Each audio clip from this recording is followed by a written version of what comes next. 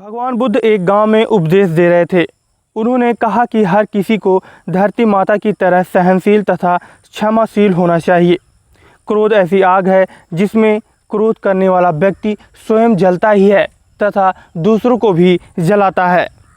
सभा में सभी लोग शांति से बुद्ध का उपदेश सुन रहे थे, लेकिन वहाँ एक स्वभाव से अति क्रोधी व्यक्ति बैठा हुआ था, जिसे ये सारी बातें नागवार लगी। वह कुछ देर इन सब बातों को सुनकर आग बबूला हो गया और बोलने लगा कि तुम पाखंडी हो, तुम्हारा यहाँ कोई काम नहीं है, तुम लोगों को भ्रमित कर रहे हो, तुम्हारी ये बातें आज के समय में कोई मायने नहीं रखती हैं। ऐसा कई कटुवचने सुनकर भी बुद्ध शांत रहे। अपनी बातों से ना तो वह दुखी हुए और ना ही कोई प्रतिक्रिया दिया। यह देखकर वह व्यक्ति और भी क्रोधित हो गया और बुद्ध के मुंह पर थूक कर वहाँ से चला गया। अगले दिन जब उस व्यक्ति का क्रोध शांत हुआ तो उसे अपने बुरे व्यवहार के कारण पछतावे की आग में जलने लगा। वह भगवान बुद्ध को ढूंढते ढूंढते उसी स्थान पर पहुंचा जहां बुद्ध कल अपना उपदेश दे रहे थे, पर वहां भगवान बुद्ध मिले नहीं। वह शिष्यों के साथ अपने पास वाले एक अन्य गांव में निकल चुके थे। व्यक्ति ने बुद्ध के बारे में लोगों से पूछा और ढूंढते ढूंढते जहां बुद्ध प्रवचन दे रहे थे वहां पहुंच गया।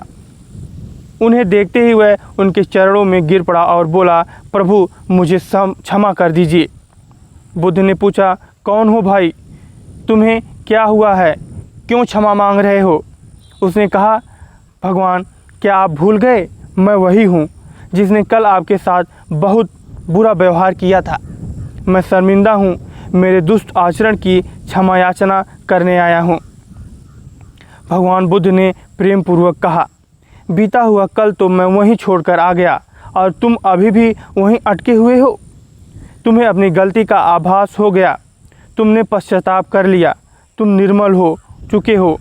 अब तुम आज में प्रवेश करो। बुरी बातें तथा बुरी घटनाएं याद करते रहने से वर्तमान और भविष्य दोनों बिगड़ जाते हैं। बीते हुए कल के कारण आज को मत बिगाड़ो। उस व्यक्ति का सारा बोझ उतर गया। उसने भगवान बुद्ध के चरणों में पड़कर क्रोध को त्याग दिया तथा क्षमाशीलता का संकल्प लिया।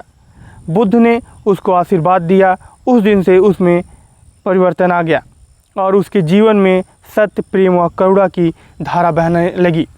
दोस्तों, बहुत बार हम